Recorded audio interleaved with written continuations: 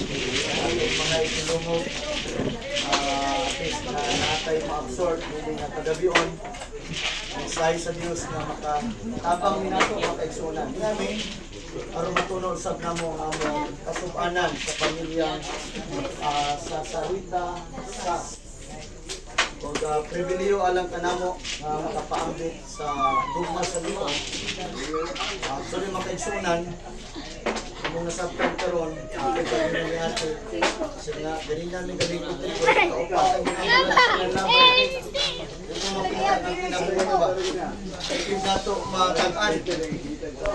Karon nga sumana, walang pipila namin nagservisyo o funeral. Gabi dito ni St. Peter. At tumig sumana, at tumig sumana. Magabi purong po mo, 55 po. At tumiyagi po, 18 anyos. So ang kamatayan mga kaigsunan, kung pwede pala mo ka nato ng malikayan, huwag yung pamatay. Pwede tagtanan, maglumba yung tagsilikay. Hindi pa magkita mo sugot mamatay. May mga hindi pa magkita nga makakita kapo, madato, makasakinan, sungkulong balay, hindi pa nangandoy ka na.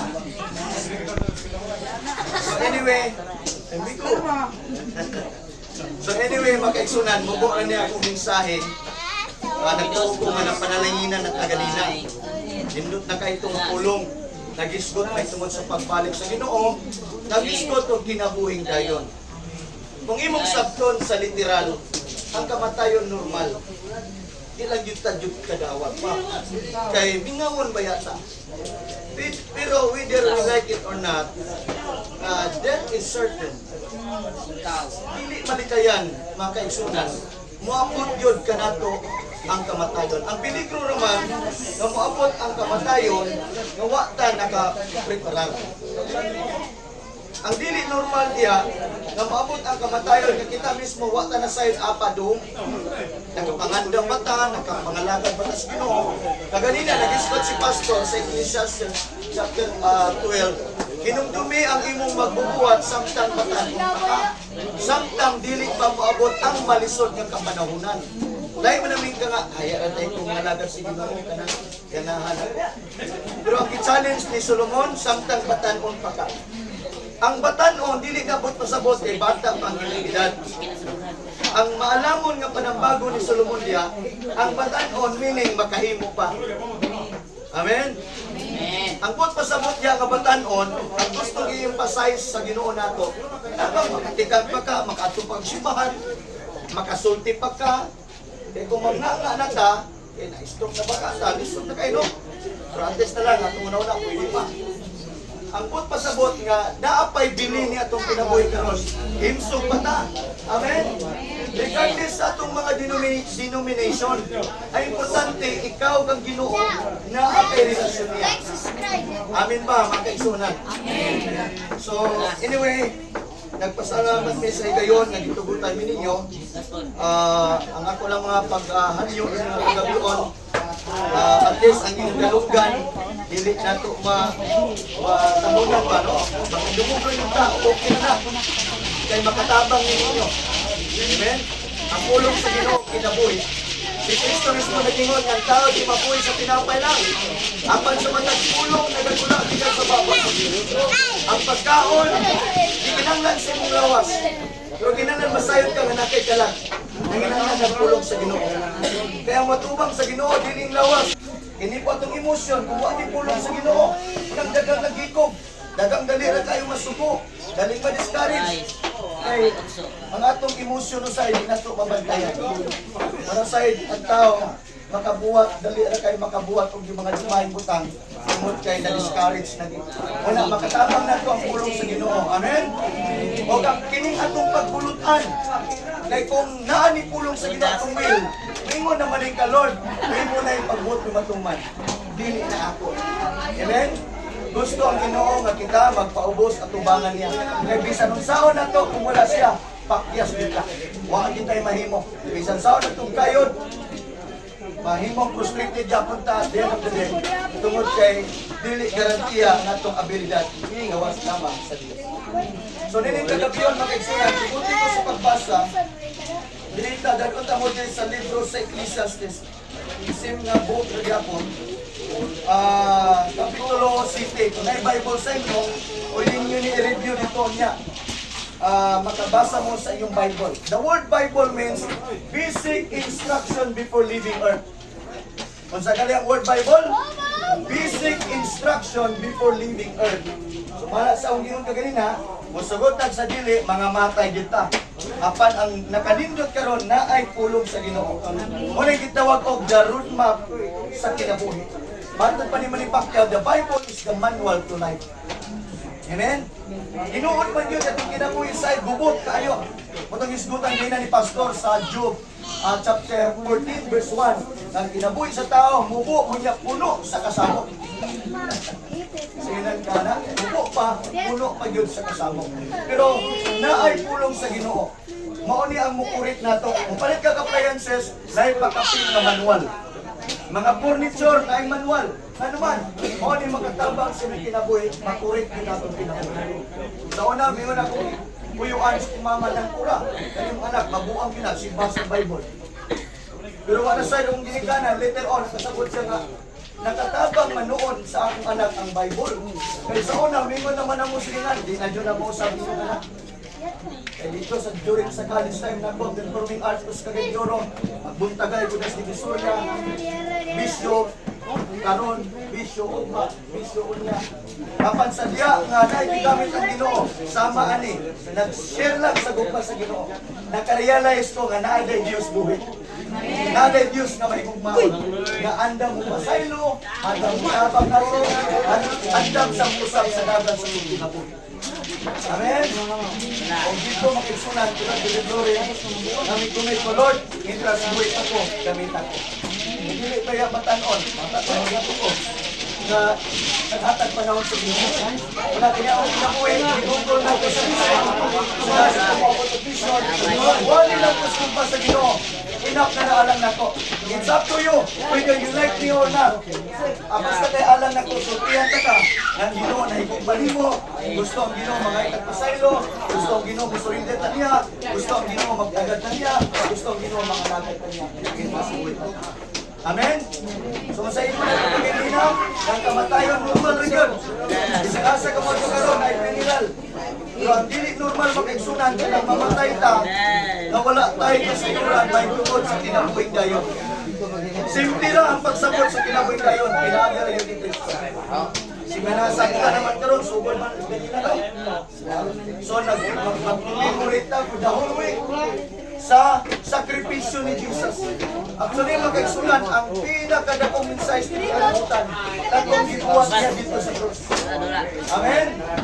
Katong gibuhat ni Kristo sa cross, mo ito yung mensahe sa kalimutan, na wala'y lahing nagbayad sa atong mga sala, wala'y lahing nagbulat nato, kitang tanan kandidato nga sa pagkahinukman. All have sinned and come short from the glory of God. Tanan nakasala og nahilayo ta sa Ginoo.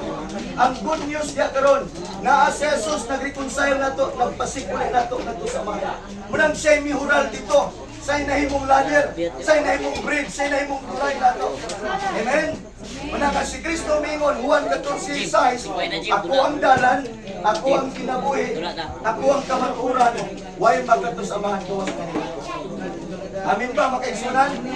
Kung sa ikinanglan nato karong panahon na, si Kristo, muna ikinanglan mo establisan ng relasyon niya. Makigsuod ka niya. Muhatag panahon yung magkakadlaw. Pagmata na to, salamat Lord, nabuhi ako. Pagkanindot ana, amen. Pagmata ni mo, magpasalamat ka, nakita pa ni mo yung pamilya. Si Kristo ang dalan, kinabuhi kang kamaturan. Huwag makatusaman sa langit, gawas lamang. So ang Simana Santa karon mga eksunan, usali sa pagpahinumdom na tinuod yun na namatay si Kristo. Tinuod yun na si Kristo ginubong. Tinuod yun na si Kristo na baliho. O tinuod yun na si Kristo buhay sa walay katapusan. Na dili mga eksunan sa Ecclesiastes Kapitulo 7, basta pa din sa verse 1, ang maayong tungod mas maayo pa kaysa mahalon nga mahumot. Ang adlaw sa imong pagkamatay, mas maayo pa kaysa adlaw sa imong pagkahimugso. Verse 2, mas maayo pa ang pag-adto sa balay nga nagpangutan kaysa pag-adto sa balay nga nagkumbira. Kaya ang mga buhi kinanglan nga magpahinumdum kanunay sa ilang kaugalingon nga ang kamatayon nagulat kanatong tanan. Mga kota alang sampulong amahan, Diyos na magagahom sa tanan nga nagbuhat sa langit ug sa yuta. Ikaw Diyos nga amahan ni Isaac ni Jacob. Ikaw Diyos sa mga apostoles. Ikaw sa gyapon ng Diyos nga karugura sa among gisampit, among gipasidunggan, among kang gitulitan sa among kinabuhi. Salig na mo nimong tanan. Tungod kay nasayod mi ang kinabuhi gikan kanimo. Ikaw naghatag, ikaw sa kumay katungod nga bubawi. Nagampo ko nga nining tagnaa karon. Ang imong pulong di masaya ug dili mausig. Mahimo ni usa ka maayong dinhi natanog sa mata nga singkason. Usa ka maayong yuta karon nga mao ilang kasingkason. Gawado nila imong pulong ug pagkatabang nila mohatag direksyon nga labaw sa tanan magbatod sila sa maayong relasyon kanimo, kahadlok kanimo ug labaw sa tanan moalagad diya kanimo. Laygon ka manining matahong nga kagabion. Salamat sa imong bendisyon bisan pas tibuok banay pamilya karon. Ang imong gahom sa paghupay magalihok silang kasing-kasing. Lord, bendisyon imong pulong makalikon sa among pagbati karon. Dalaygon ka nining matahong nga kagabion. Himayag tuog alang kanimo sa ngalan ni Kristo Jesus. Amen. Amen. Makaigsunan sa mga kasamay nga dito. Sumala sa itong gibasa, matag pa niya makaigsunan nga mayong dungog, mas maayo pa kaysa mahalon nga pahumot. Sagara ang makapahumot o mahalon, katulad yung mga dato. Kasi makapahumot manggaling ka, muragit po na itong ma-afford. Apan, salamat sa Ginoo makaigsunan, dili niyo magmartir, humot kag sali. Ay importante, maayo kag dungog. Amen? Meaning, maayo ka o sila pa may PR, may puno mo sales stock. Abot pasabot dyan na mahimo kang panalangin. Dili ka stamping block. Si Kristo matod pa niya, kung ikaw ang hinungdan na lang sa labing ubos na kung alagad, na siya malaglag, mas maayong kung tanong galingan ng imong liog, itambog ka dito sa laod. Sa ato pa, concern kayong Ginoo sa kinabuhi. Gusto ang Ginoo nga ikaw matapusan nato mahimutang channel. Mahimutang panalangin. Mahimutang na ay dumog sa ngalan sa Ginoo. O matod pa sa next kay statement, mas maayo pa, matod pa, ang adlaw sa imong pagkamatay, mas maayo pa kaysa adlaw sa imong pagkahimugso. Muna nga si Pablo matod pa niya, for to me to live is Christ, and to die is gain. Kadaugan ang kamatayon. Ginansya di ay ni. Amen. Matod pa din, mas maayo pa daw ang adlaw sa imong pagkamatay. Try to imagine. Asa man ka, sa adlaw sa imong pagkamatay o sa adlaw sa imong pagkahimugso. Sagara sa atong tawhanong pagbati, ingon taw sa kasayang namatay. Kadungog po kagahapon sa balita sa Tambo, City Anyos nga bata. Di ko kaakong tanaw. Ang papa pag yun niya mismo nag-drive sa motor. Tungod kay nagdalik siya yung papa pauli, may shortcut sa tunay hamgamay. Karon ang bata, simple kumpiyansa ang bata kay nuna niya, papa gunin na nag-drive. Karon ang bata, wala lang kay ng hawid. Karon murag ni untol siguro tong motor, ang bata magkagsuna nahulog.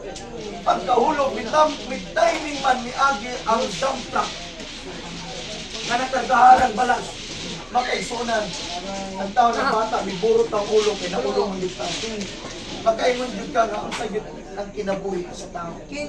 Sa bata man, batan o man. Makaigsunan, dili lang ang question.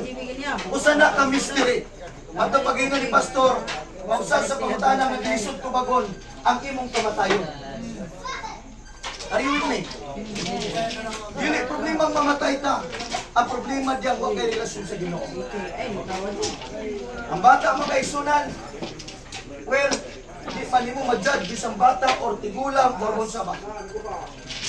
Naa sa Ginoo ang tanang pagbulutan. Amen. Naa sa Ginoo ang tanan, siya may muhukom nato. So mo tay naitabo makaigsunan kaganina, nadunggan ko na ko balita sa pangalitan. Usa ka damtrak, mga more than 10 daw sakay. Na-discuss siya. Halos urot na ng kamatay ng pagibata. So karon makaigsunan, left and right ang kamatay karon. Muna nga nalitsay karon sa kaluwasan di kinahanglan masabta nato. Kaya kamatayon sama ra usab kini sa anino, makita niyo karon nga tulog-tulog na. Ang importante nga assurance karon, si Kristo nga imong mabatunan, ingon nga bahandi sa imong kinabuhi. Amen? Ngayon si Kristo sa Matthew 10:28, ayaw kadluking mo patay sa imong lawas. Kadluking siyang mulaglag sa imong lawas kung kalag dito sa impyerno. Try to imagine. Kinsay kadlok ka na to? Siya. Nanay katungod. Mamuhukom ka na to. Kadluking siya nga mulaglag sa imong lawas o kalag dito sa linaw nga kalag. Ayaw kadluking mo patay sa imong lawas. Kay mamatay man yun niya itong lawas. Subject man ginis kamatayon. Pero makaigsunan, ang pinaka-importante, ikaw o ako, magbaton sa insaktong desisyon. Sumala sa giwali kaganina. Giisgutan ni Pastor ang panahon ni Adan o ni Eva. Ilamang tong choice nga mukaog sa dili. Muna magmatter ni nato sa atong paghimog desisyon. Busa kung maghimog ang desisyon, siguraduha na ikaw mismo paundin ka siyang pulong ang di ka masayop. Kaya kung may pulong, posible na masayop ka sa itong mga desisyon. Munang pulong sa Ginoo, himpitin ang buhatag direction ka nato. Muna nga meron si David sa 119 verse 105, ang pulong sa Ginoo, iwag sa akong kinabuhi. Kahayag siya sa akong agianan. Amen? O sa 119 verse 11, iwag si David, I have hidden the word of God in my heart, that I might not sin against you. Sa ito pang-pulong sa Ginoo, makatabang na to. Aron nga atong kinabuhi, mahimong insakto at ubangan sa Ginoo. Di man ka perfect atay kapakyasan, pero kung naani, makatabang ni mo correct sa mong kinabuhi. However, kung wala ni, samot na makisunan.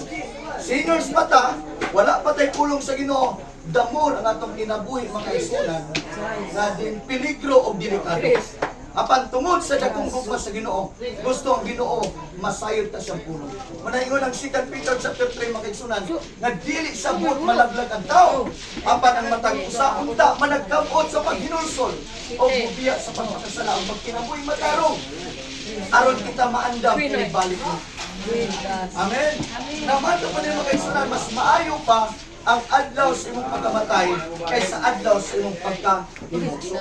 Of course, tungod kay kung mataho ta, samtang buhi pa ta, atong kinabuhi makaigsunan, kung wala lagi siya, walay saktong direction. Mahimong sakto lang ang kinabuhi kung naa siya, na muhatag ka nato og saktong direction na makapahimaya ta sa atong magbubuhat. Mora na yung pinaka-assurance nato makaigsunan ang iyang pulong. Kaya kung maabot man nato ang kamatayon, praise the Lord. And si Pablo, maghatag o kadaugan ka na. Amen? Kung matod pa din makaigsunan sa verse 2, mas maayo pa ang pag-adto sa balay nga nagbangutan sa maani. Mas maayo pa ang pag-adto sa dapit nga naay nagbangutan kaysa pag-adto sa dapit sa paghudyaka. Nakadungdungo sa panahon taon-taon na atong gibalita mga kaibigan nga mga doktor, nag-celebrate sila sa Manila, nag-rent sila sa kabar, kaya nag-celebrate sila kay, of course, they are officially licensed sila sa doktor. Nag-celebrate sila kay nakapasar sila sa ilang board, mga kaigsunan. O sila, dagang kayo ng mga doktor. O sa kalit mga kaigsunan kung sa kao'y magdahon. Grabe ang ilang kalipay dito. Grabe lang pagpasidumong sa ilang kaugalingon nga nahimo nila, nakaya nila. O sa kalit makaigsunan na ay may buto nga, I don't know kung tangki ba dito. Kung sa kadang po katangki may buto makaigsunan o nagpanik sila tanan, nagbuot dito sa gamay ng shit niya, mapugad ang makalilisang ikalayo silang tanan giluto ng mga buto. Wala na makaigsunan, ulahin na ang buhay. Naman yung ato ng gisgutan. Muna gini, tungod kay kita mismo personally, inusin kita sa adlaw sa pagpapatay. Ang pila ka nilaglag, tumabatunan na kung kaalam, na buhi pa ka, kabalo na ka, asa ka human sa mong kamatayon, tungod na kay si Kristo na aliman. Amen. Kay si Kristo magdalan, magputag langit. Kay si Kristo man ang kinabuhi, magputag langit. Si Kristo man ang tanan. Sa atong pagkaroon makaigsunan, ikaw na himsog pagkakaroon, maayo pagkaglawas, di kinanglan ka kanang imong nahibiling ka kinabuhi, tagaig pagtagad ang tag-iya. Tungod kay dili ni ato. Amen. Hulam kag sundang makaigsunan, nga sige nimo gibahin, unya hulaman sa imong silingan, unya ihuli, wala na, gipok-gipok na. O sila pa, o ako Ambot pasabot na ko ni, kung kana nga butang importante kay nimo, Unya sa uban dili importante. Unya ikaw ang tag-iya. Try to imagine. Makaigsunan, ganang imong kinabuhi, mahal kay nas Ginoo. Nganong naay Semana Santa, maunay enough evidence, the perfect demonstration of the Father's love. For God so loved the world, and He gave His only begotten Son. Whosoever believeth in Him will not perish, but have everlasting life. Ang awag, yun sa pag-demonstrate ang bukma sa Diyos. Yun sa pag-demonstrate. Ihatag yung bukting anak. Yun sa pa'y ginikanan, ngayong anak itugyan para lang mamatay. Pero gibuhat ang sa Diyos para nimo. Amen. Regardless kung kinsa sa atong race, unsay atong tribo, kitang tanan gimahal pag-ayo sa Dios. For God so loved the world. Amen. Namato pa sa Bible sa Salmo kaigsunan, sa Salmo 49 verse 7, na mahal kaayo ang kinabuhi. Let imagine, unsay bilis sa kinabuhi pag-aigsunan. Diri sa Salmo 49 versikulo 7, ang tao dili dayon makalukat sa iyang kaugalingon. Dili niya mapalit sa Dios ang iyang kinabuhi, kay mahal man kaayo ang kinabuhi sa tao, ug walay igong salapi nga iyang ikabayad muni. Muna nga si Kristo ray gyud ang nagbayad.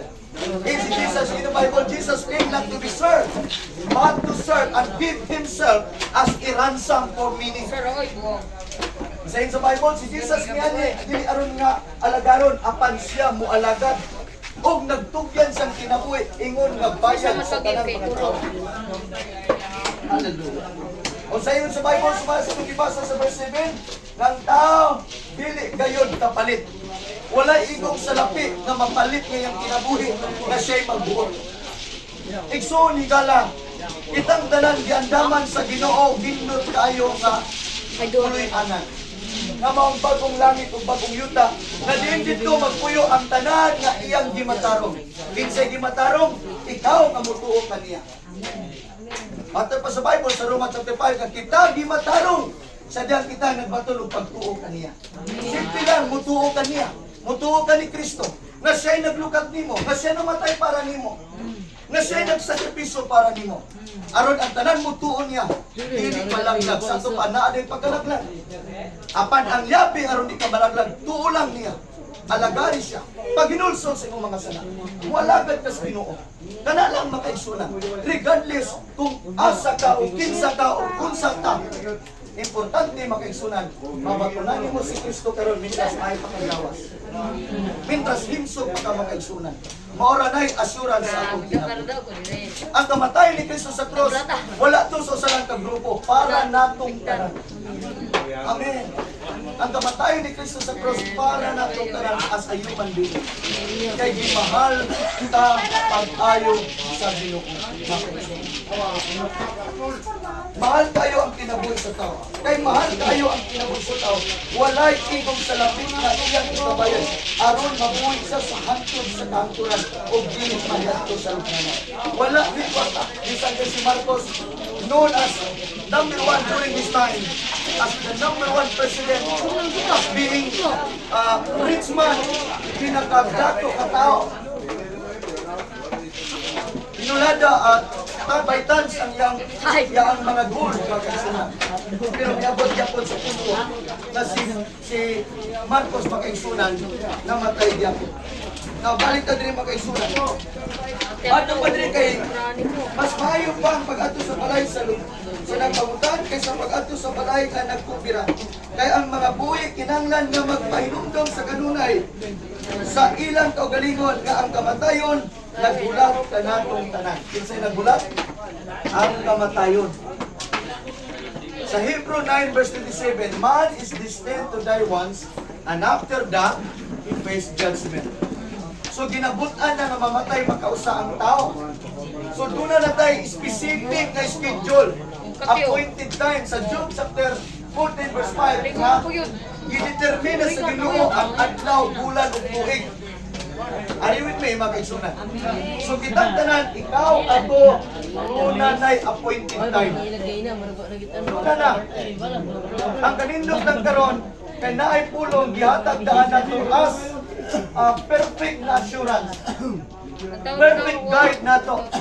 Na kung maabot na nato ang appointed time, mga kaigsunan, tungod siyang pulong, makasiguro ta sa eternidad nga giandam sa Ginoo. Amen. Panginoon ko makaigsunan nga nini kagabion, mapamalandungan nato ang dako and gumas sa Ginoo. Ang Bible nagsulti, God demonstrate His great love. Though we are sinners, but Christ died for us. Una, makaigsunan nga angay nimong batunan karon, magbaton ka sa kahibalo nga din ikaw nanginanglan niya. Amen. Dili pwede makaigsunan nga atong itreat atong kagalingon nga daw waragwa lang nga daw ikaw sa lunay ang nagbuot sa imong kagalingon. Tuguti karong panahon na nga siya'y magbuot mo at ang pulong mo'y mahimo nimo timunil sa imong kinabuhi kamoy mong giya sa imong matag desisyon. Batuni karon makaigsunan na kay awareness nga nanginanglan kaniya. Tulo lang kamuta mo ibilin aron nga naay higit sa assurance nato. Una, mangayon tagpasaylos Ginoo. Amen.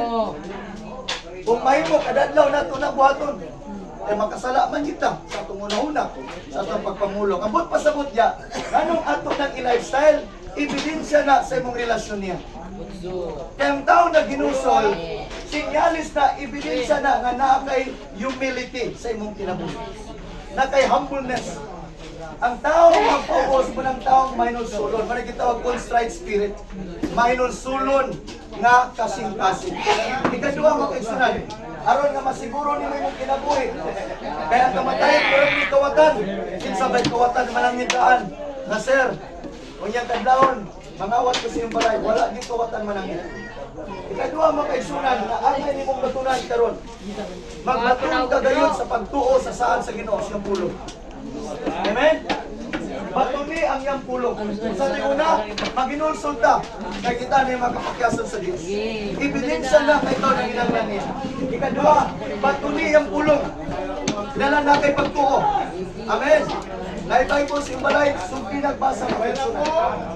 Ikatulo makaigsunan, si Kristo, imong ang punon sa matag-adlaw na siya lang wala na ilaing paagi sa imong kaluwasan. Amen? O sa primero, maginulsol. Ikadua, magbaton kag pagtuo siyang pulong. Ang pulong sa Ginoo buhi ug gamhanan ug haig mas duay sulab sa espada. Ikatulo mo kay sunan, si Kristo ang una na imong manluluwas. Juan 1:11 ang midawat kaniya gitagaag kang tungod nga mahimong anak sa Dios. Amen. Kung anak ka sa Dios, makisunan sigurado nga panaligdan ka sa imong amahan. Kung anak ka sa Dios, sigurado aayuhon ka sa imong balatian. Kung anak ka sa Dios, sigurado na kung kakay problema, makatabang sa imo. Anak man ka. Amen? Ganun sa kamay mong anak sa Diyos, tungkol si Kristo ay mag-angkot. Wala si Jesus gitawag sa the Son of God and the Son of Man. Kung si Kristo na nato makaisunan, mao na ultimate assurance nato. Nga din kita secured sa Diyos. Kita protektado sa Diyos. O ang Diyos makapasalig, makaisunan ka nato. Sumala siyang saan ng tanan tuon niya, dili malaglag, apan may kinabuhi na walay katapusan. Last nga versikulo, sa Roma 10 versikulo 9, kung isugid di mo si mong baba, na sa Jesus siya imong Ginoo, o mutuo ka sa kinasing-kasing, na siya nabanaw gikan sa mga patay, nan ikaw mamaluwas. Kung sa daw akong balikon, Roma 10:9, kung isugid di mo si mong baba, na sa Jesus siya imong Ginoo, o kinasing-kasing kang mutuo, na sa Jesus nabanaw gikan sa mga patay, nan ikaw mamaluwas. Pila ba nato diri mutuo nga si Kristo nabanaw gikan sa iyang lubnganan? Mataas ka mo. Mataas ka mo, mutuo nga si Kristo nabanaw. Amen? Si Kristo nabanaw makaigsunan og nagsaad siya mobalik. Ikaw usa nga balikan sa Ginoo. Roma, Hebrew 9:28. Ingon nga si Kristo gihalal tungod sa sala sa daghang mga tao. Apan mobalik sa ikaduhang higayon. Dili na lakit sa sala, apan aron sa pagkuha kanila nga nagbulat kanila.